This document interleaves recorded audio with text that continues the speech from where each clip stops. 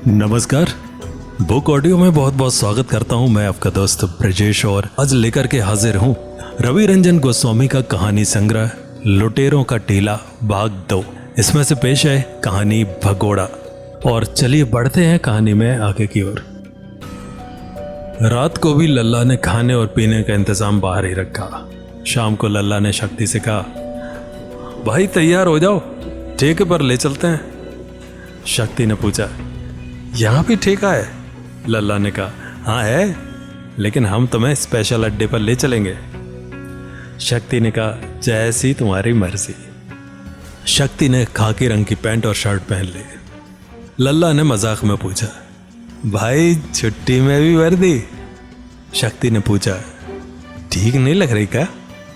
लल्ला ने कहा, ठीक है, पुलिस वाले लग रहे हो।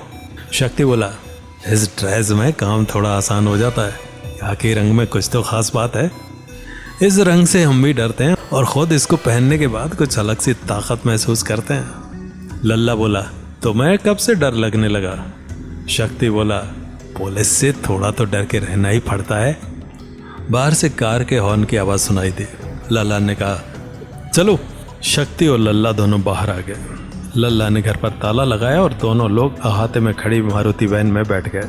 ड्राइवर ने गाड़ी स्टार्ट की और धीरे से अहाते से बाहर आ गया। सड़क पर पहुंचकर उसने कार की गति बढ़ा दी। मुंबई शहर रोज की तरह ही रोशन था। शक्ति को अंधेरे की आदत थी, इसलिए उसको लगा किसी जश्न की तैयारी है, इसलिए शहर जगमगा रहा है। उसने लल्ला से पूछा, आज कोई त्योहार है क्या? लल्ला ने जवाब दिया, नहीं तो क्यों? शक्ति बोला, सब जगह लाइटें जगमगा रही हैं। लल्ला ने कार के बाहर देखा, उसे सब सामान्य नजर आया। लल्ला शक्ति की बात समझ गया और उसने उसे समझाया, यहाँ रोज ऐसे ही लाइटें जलती हैं। कार एक होटल के सामने रुक गई। इसमें एक डांस बार थी। लल्ला आगे, शक्ति उसके पीछे बार में दाखिल हुए। बार का दरवाज़ा खोलते ही तेज संगीत सुनाई दिया और ठंडी हवा का झोंका पतन को महसूस हुआ। अंदर मध्यम नीली लाइट थी। एक नृत्यांगना फिल्म अभिनेत्री हेलन के नृत्य की नकल कर रही थी। परिधान भी उसने जीना पहन रखा था। उसके ऊपर तेज रोशनी डाली जा रही थी। उनकी जगह आरक्षित थी। एक वेटर ने आगे बढ़कर उनका स्वागत किया और उन्हें ले जाकर उनकी कुर्सियों पर बैठा दिया। बैठते ही लल्ला ने आधी बोतल रम और एक प्लेट भुने काजू लाने को कहा। शक्ति के लिए यह डांस बार एक प्रथम अनुभव था। सब कुछ बड़ा ही रंगीन और कामोत्तेजक लग रहा था। वेटर रम की बोतल, 2 गिलास, सोडा और काजू लेकर आया और रख के चला गया। लल्ला ने 2 बड़े ड्रिंक तैयार किए और पीने लगे। थोड़ा नशा चढ़ा तो शक्ति को नृत्यांगना और भी आकर्षक दिखाई पड़ने लगी। शक्ति ने लल्ला से पूछा, ये कौन सी नौटंकी है? डांसर बड़ी जबर है। लल्ला ने जवाब दिया, ये नौटंकी नहीं है, ये समझो ये ऐसे दारू के अड्डे हैं जिनमें लड़कियों का डांस भी होता है। शक्ति, कोई छेड़ता नहीं है इन्हें? लल्ला बोला, कभी कोई बहक जाता है तो उसको संभालने के लिए कई पहलवान टाइप लोग यहाँ रखे जाते हैं। उसने एक तरफ खड़े बाउंसरों की तरफ इशारा किया। शक्ति कुछ याद करके हंसा। लल्ला ने पूछा, क्या बात है?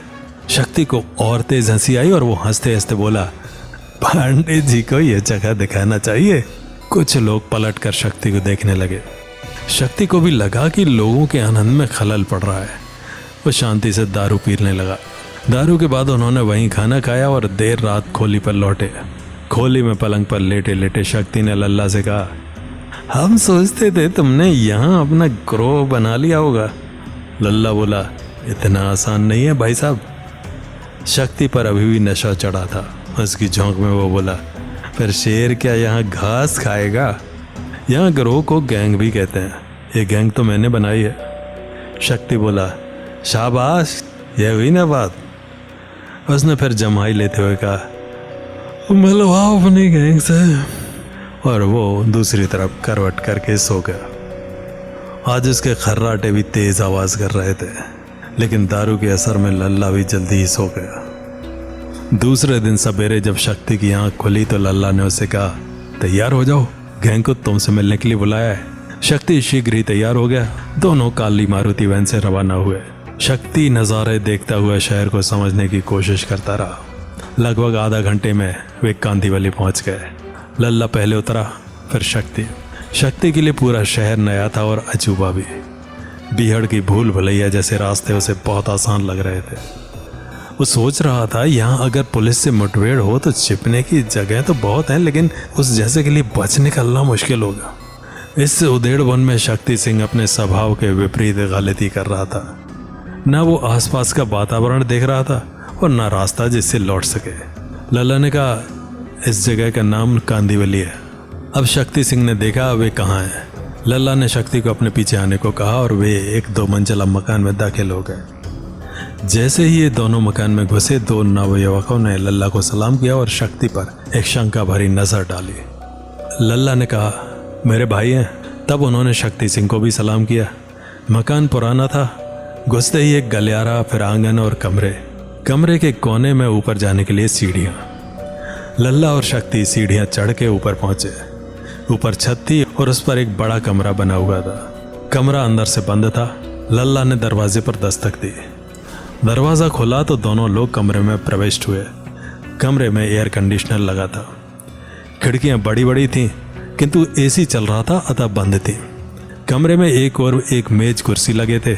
मेज पर 3 फोन रखे थे। जमीन पर एक गद्दा बिछा था जिस पर 5 युवक लेटे थे।